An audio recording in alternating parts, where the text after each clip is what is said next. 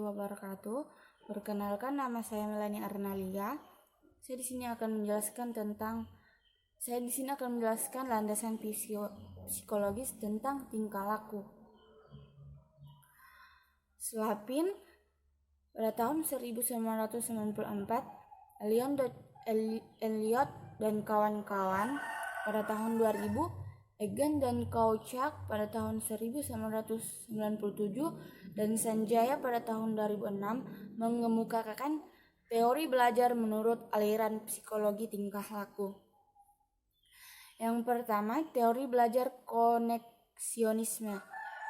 Teori ini berpendapat bahwa belajar dapat terjadi kalau ada stimulus.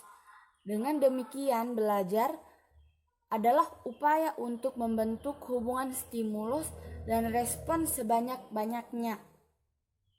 Sehingga paham ini disebut dengan paham koneksionisme. Teori belajar ini juga mengemukakan beberapa hukum. Yang pertama, hukum kesiapan. Hukum kesiapan menyatakan bahwa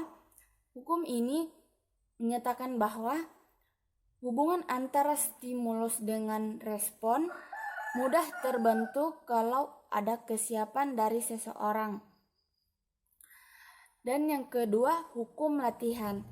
Hukum latihan menyatakan bahwa hubungan antara stimulus dengan respon akan menjadi kuat bila terjadi latihan. Dan yang ketiga, hukum akibat.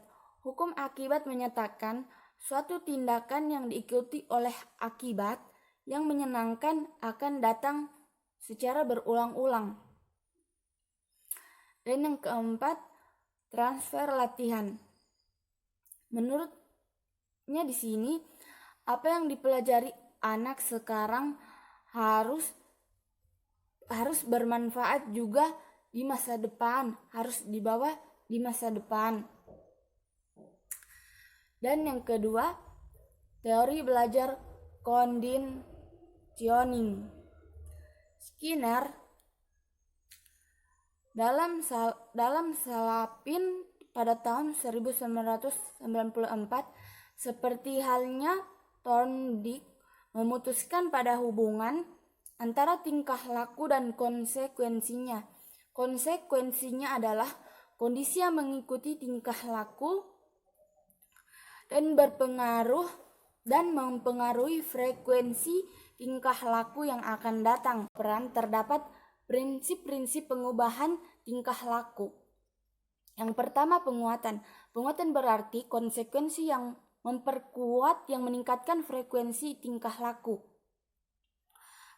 Ada beberapa jenis penguatan. Yang pertama, penguatan utama. Penguatan utama ini seperti memberi kepuasan kebutuhan manusia, seperti memberi makanan, kehangatan.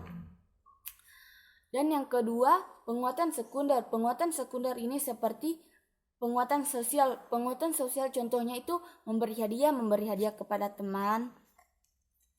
Dan yang kedua, ada prinsip hukuman. Hukuman adalah konsekuensi yang menghasilkan berkurangnya tingkah laku. Hukuman dibagi menjadi 3. Yang pertama, hukuman presentasi. Hukuman presentasi ini contohnya seperti siswa disuruh menulis, "Saya tidak akan mengganggu kelas dalam 100 kali." Dan yang kedua, hukum penghapusan. Hukum penghapusan ini seperti siswa dilarang beristirahat atau siswa disuruh berdiri di depan kelas. Dan yang ketiga, time out. Time out contohnya ini seperti siswa keluar kelas tanpa izin guru, lalu guru memberinya hukuman 5 menit telat pulang ke rumah atau kepulangan sekolahnya ditunda. Dan yang ketiga, teori belajar sosial. Teori belajar sosial ini umumnya menerima sebagian besar prinsip-prinsip teori belajar tingkah laku.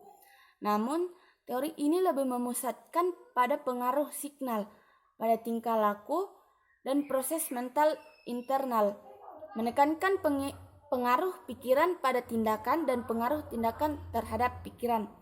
Dan yang keempat, teori belajar classical conditioning. Pavlov menyimpulkan bahwa belajar atau pembentukan perilaku perlu dibantu dengan kondisi tertentu. Itu saja yang bisa saya dapat jelaskan pada materi ini. Mohon dan kurangnya mohon dimaafkan. Assalamualaikum warahmatullahi wabarakatuh.